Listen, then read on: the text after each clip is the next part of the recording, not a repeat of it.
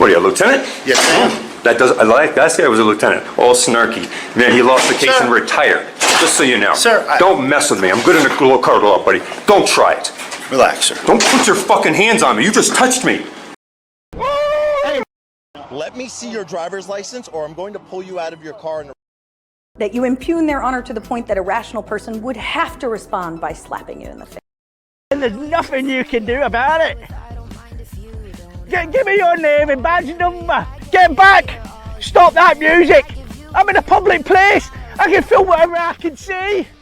Photography is not a crime. Photography is not a crime. Photography is not a crime. Let the record show that you just battered me. Step back. And you're using... Oh! Oh!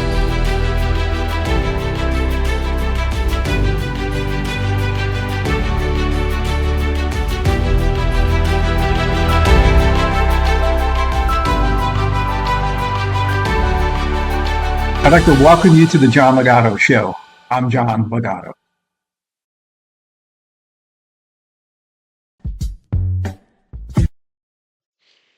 That's me in the white shirt, and this is part 2 of an interview I did on the frauditing phenomena. Part 1 dealt with pedophiles.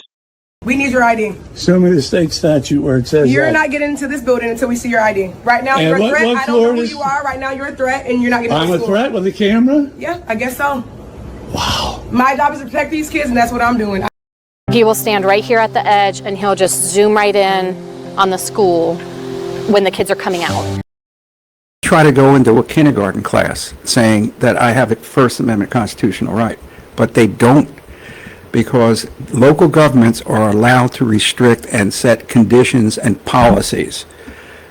Another example, they walk into courtrooms with cameras, courthouses. Ooh, good luck. In that courthouse, first of all, you have a floor for child, domestic cases, you have undercover agents, you have witnesses, and they end up on YouTube. So the court, a judge can sign an administrative order prohibiting cameras. The frauditors say you can't do that because of the Supremacy Clause. It's called the Supremacy Clause because it tells you what the supreme authority in our legal system is. Right here in Article 6, it says, "This Constitution and the laws of the United States shall be the supreme law of the land." So frauditors believe that no city, county, or state government can make a law that trumps their First Amendment right of free speech, which includes entering and filming in any public building. So a judge's order has no legal standing. Can you stop it for a second and let's talk? Yeah, we can talk. I never turn it off when I'm in a public building. Listen, there is a directive by the judges here. You cannot film in the building. Because these frauditors are the ones who are trying to tell the police, I know what the law is. You know, you're stupid. You don't know what the law. Do you even know what the law is, officer? No. Section 9.75 say this, and the cops like, well, maybe it does, and they got the cops, and I'm telling you, it's at a disadvantage. At a disadvantage because the cops don't have the support of just snatching them up, or they'll come within inches of police officers while they're handcuffing. They'll look over. They'll start talking to the perps. Yep. Giving them legal advice. You can't do that. So what they say though, that's obstruction. Yes, if you look at the interfering or obstruction, one or the other. But what they say is obstruction requires a physical act. Like for the cop, it doesn't. It just says to impede or delay an officer in the performance of their duties. So if you got somebody screaming here while you're trying to you're delaying that officer because they got to take care of you. That's right. There is a directive. Okay. Okay, you cannot film in the courthouse. You need to stop. Is that the whole courthouse, or is that just the courtrooms? It is the whole courthouse. Can I see it? If it says that, I'll no worries. Well, turn it off for me first because you're not following policies. Well, I'd rather wait until I see the policy. No, because that's not the way this works. Today, we're busting a myth about the Supremacy Clause. The Supreme Court has long held that states do not have to actively participate in the enforcement or effectuation of federal acts or regulatory programs. The great example of that is that a local county or state judge can order that no filming is allowed. It's a written order in their courthouse, even though it's a public building. The Supremacy Clause did not apply. Sure, but you're going to step outside first, and then I'm going to find it for you. No, I'm not going to step outside. I'm going to stay right here. Well, then you're going to stop recording. No, I won't. This is a constitutionally protected activity, ma'am. They arrested me because I went in to the courthouse, and I was filming, of course, and I got to security, and they said, you can't film it here. And I said, no, I can't. That's not true. It's a constitutionally protected activity. Let's deal with post offices. Oh, God. Federal places. But under in most cases, I would assume, the local police have to deal with it. They do, because there's no postal inspectors in the post.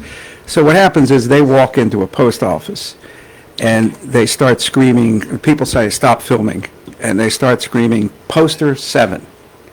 And it's on the wall.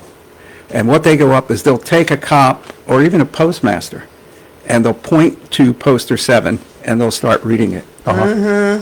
They read the first sentence and they don't read the exceptions. Police officers don't know because they don't know federal law. But the restrictions on poster 7 is you're not allowed to film customers, employees, cameras, or a cover of mail. They all do that. They can't help it if they're in a post office with a camera, right? But police officers don't know that.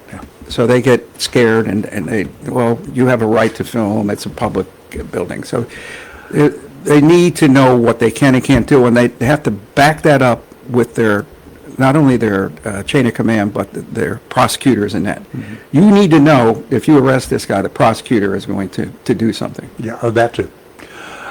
Now, for you individual citizens out there, the normal guys that are going to go into the post office or into a restaurant or sitting there at a restaurant or sitting in the public side, yeah, pretty much anybody can take pictures of you. However, how they use those pictures can get that individual sued. There's also a criminal charge possible. There's something called a model release. I sent you a copy of it.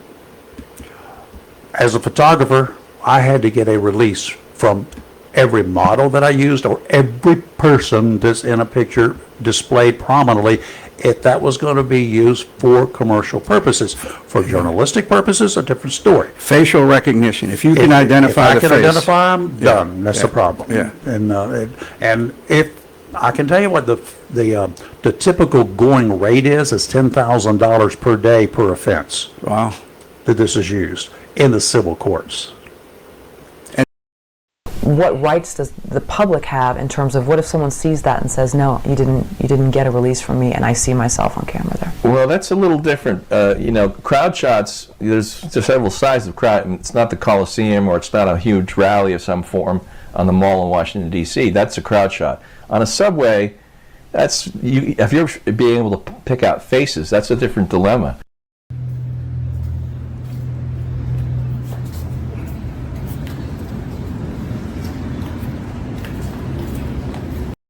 If you're being able to pick out faces, that's a different dilemma.